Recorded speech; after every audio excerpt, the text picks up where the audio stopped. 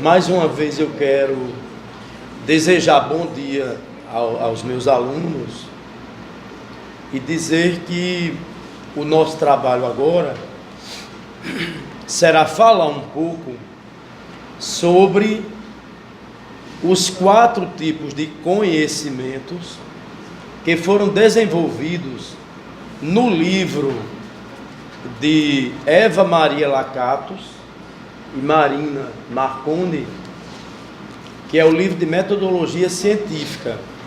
Acrescentar aqui também o conhecimento científico. Então são os 4 tipos de conhecimentos que estão caracterizados e sistematizados no livro de Eva Maria Lakatos. Há uma necessidade muito grande dos estudantes de direito, principalmente no curso de introdução, conhecerem sobre esse conhecimento, né? E sobre o conhecimento mítico. Até porque eu já discuti aqui na sala de aula com vocês a verdade e as formas jurídicas do Michel Foucault, onde vocês analisaram comigo o mito de Édipo e as implicações, né, e as construções que nós poderíamos tirar do mito para análise do direito. Conforme Eva Maria Lakatos e outros autores, como Searle, Bervian e outros, né, nós temos o conhecimento científico, o conhecimento teológico, o conhecimento filosófico e o conhecimento do senso comum, que é o conhecimento popular. Nossa primeira análise será quais são as características do conhecimento científico, né? De modo bem rápido, o conhecimento científico ele é factual, o conhecimento científico é sistemático, o conhecimento científico é racional, o conhecimento científico é verificável, falível e aproximadamente exato. São características do conhecimento científico. E é um conhecimento também chamado de conhecimento contingente, né? A primeira coisa, o conhecimento científico é racional, tá certo? Ele é elaborado a partir de conceitos, a partir de juízos, a partir de raciocínios. Ele tem objeto de estudo, não é? Então, o conhecimento científico, ele é objetivo. Vejam que quando Hans Kelsen elaborou a teoria pura do direito, ele está construindo um método de estudo também e uma epistemologia para efetivar pesquisas no campo do direito, para efetivar, né, pesquisas sobre aquilo que ele coloca como sendo objeto de sua ciência, que é a norma. O direito é a ciência da norma. E sob o candelabro da teoria pura do direito, muitas teses, muitas monografias foram efetivadas. Tá certo? Eu vou dar outro exemplo de outro cientista que também construiu uma epistemologia. É Emile Durkheim. Quando Emile Durkheim escreve o livro sobre as regras do método sociológico, ele está mostrando que o objeto de análise, de estudo, de preocupação são os fatos sociais. Por isso que ele vai caracterizar os fatos sociais, conceituar os fatos sociais e mostrar qual seria o procedimento do estudo dos fatos sociais. Quando ele diz que o fato social tem generalidade, anterioridade, objetividade, posterioridade e também coercitividade. Um outro teórico que procurou também fazer um método para o estudo de fenômenos foi Max Weber. A partir de 3 grandes obras do Max Weber, Economia e Sociedade, as regras do método sociológico e um estudo sobre a ciência como vocação e a política como vocação, ele mostra o seu método, que é o método chamado de tipos ideais. A partir dos tipos ideais, ele vai estudar exatamente a ação social, as ações sociais, assim como ele vai estudar também o poder, que ele chama de dominação. Um outro autor que tem também um objetivo científico é Adam Smith, quando elaborou o livro A Riqueza das Nações.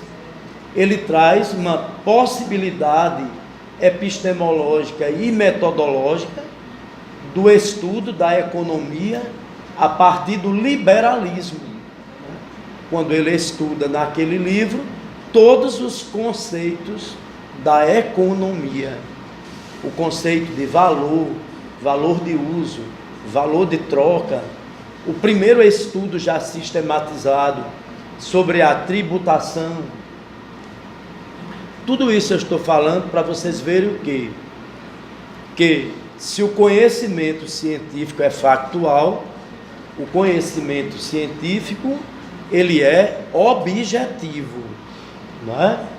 Então ele estuda fatos, ele observa todos esses fatos. O conhecimento científico também é analítico, tá certo? Uma das preocupações da ciência é analisar, compreender, conhecer, abordar um fato, né? Decompor o fato para entender. Essa é a proposta de Hans Kelsen, é decompor a norma, é estudar a norma, é ver a materialidade da norma, o procedimento de construção da norma, a eficácia da norma. Então, tudo isso é uma forma de decomposição, não é? De investigação. O conhecimento científico, ele também é comunicável, não é? As academias constroem as revistas científicas para fazer as comunicações, os congressos, os simpósios, né? Quando nós falamos em congresso, nós dizemos que a comunicação será para todos. Quando nós falamos numa comunicação que vem através de um simpósio, nós estamos mostrando que são os doutores daquela área, daquele assunto, né? O primeiro grande simpósio da ciência foi o simpósio da ciência da filosofia, que foi feito a partir de Platão, quando ele escreveu o Banquete, né? O Banquete de Platão trata da reunião dos grandes nomes do conhecimento científico do mundo antigo, que era o conhecimento filosófico, para discutir um objeto de análise e de estudo, que era Eros, o Deus do amor. O conhecimento científico também é sistemático, tá? Ele é todo sistematizado, elaborado a partir de ideias, de conceitos, de um corpo de teorias. Vejam que a preocupação de Hans Kelsen não é só escrever unicamente a teoria pura do direito. Posteriormente, Kelsen vai escrever um livro sobre a democracia. Vai escrever um livro também sobre a justiça. O título desse livro é A Ilusão da Justiça. Então eu tenho um corpo de livros, de conhecimentos, de ideias, de sistemas, tudo isso para compor o conhecimento científico, que também é um conhecimento falível. Tá certo? O que é o conhecimento filosófico? A partir do entendimento de Eva Maria Lakatos. O conhecimento filosófico, ele também é racional. Ele é obra da razão. Essa razão, esse movimento racionalista, ele começa com Platão, né? Com o sistema de Platão, quando Platão vai escrever suas obras no mundo antigo e posteriormente seu aluno Aristóteles. Quando Aristóteles também vai elaborar um conjunto de obras, todas fundamentadas nessa razão, né, norteadora. Então, esse conhecimento racional, nós temos um grande nome dentro desse conhecimento, que é René Descartes, quando ele escreveu também um conjunto de regras para a ciência moderna. A outra característica é que o conhecimento filosófico também é sistematizado. Nós temos um conjunto de sistemas da filosofia. Mais uma vez a gente volta a falar no sistema em Platão, em Aristóteles, né? Hegel, que traz um corpo de conhecimento enorme.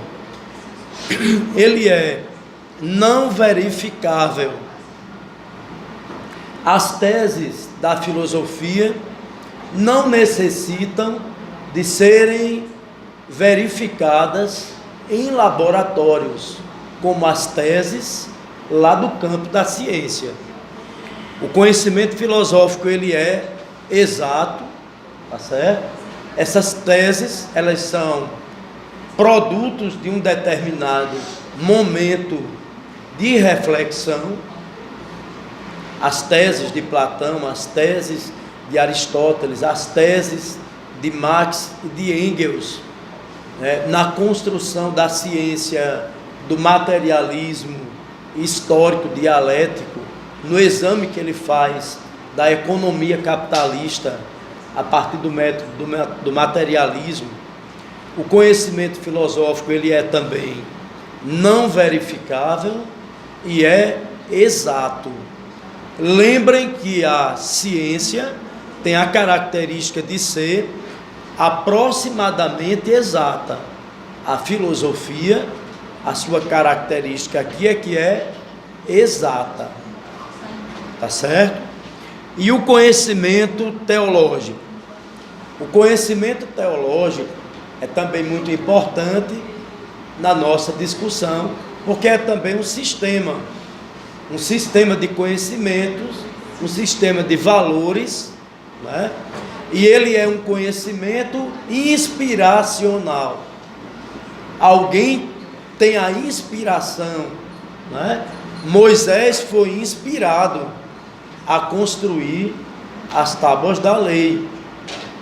Nós temos Allan Kardec, que foi inspirado a escrever sobre o Evangelho segundo o Espiritismo. O próprio texto bíblico também é todo inspirado, tá certo? Isso é uma característica, além do texto ser sistematizado. Então, o conhecimento teológico também é um conhecimento sistematizado. Ele é exato, já nasce exato, já nasce infalível e já nasce não verificável. Eu não preciso verificar as teses, porque elas estão sustentadas em textos sagrados. Uma outra coisa que eu tenho no conhecimento teológico é que ele é fundamentado em dogmas. Eu tenho dogmas e textos considerados sagrados. O conhecimento popular, ele não tem nenhuma sistematização. Como ele não tem essas regras, essa sistematização da ciência normal e da filosofia, eu digo que ele é assistemático, tá certo? Que ele é também falível e inexato. O chá vai dar certo para uns e outros não. Chá de sabugueira pode passar a febre de algumas pessoas, mas de outros não. O chá da casca de laranja pode passar a dor de barriga de alguém, mas pode não servir para outras pessoas. Então nós aprendemos esse conhecimento no ouvir dizer, né? Eu escutei, eu ouvi dizer. Então ele também é reflexivo. Algumas respostas que o homem dá para os fenômenos da natureza são de reflexões do senso comum, do conhecimento do senso comum. E por último, o conhecimento mítico. Eu faço referência aqui à mitologia grega e à mitologia greco-romana.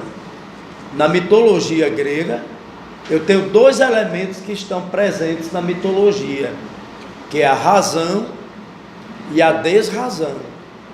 Quando eu digo a razão, eu estou fazendo referência à figura do deus Apolo, que é o deus da lógica, da calma, do cálculo matemático, da música, né?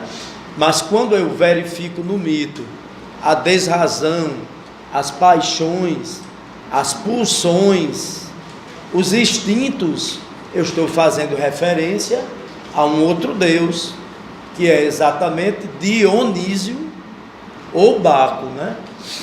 Então a mitologia também vem para explicar a realidade. E nos mitos gregos eu vou encontrar sempre a figura do herói portador de poder. Basta vocês lembrarem de Édipo Rei. Édipo Rei, ele é também herói, tá certo? Porque ele salva a cidade em um determinado momento de crise, mas ele é também o portador de um poder tradicional, já que ele é um herdeiro do trono, não é? Ele tem poder tradicional, e ele possui também o poder que o próprio Estado vai dar a ele, que é o poder legal.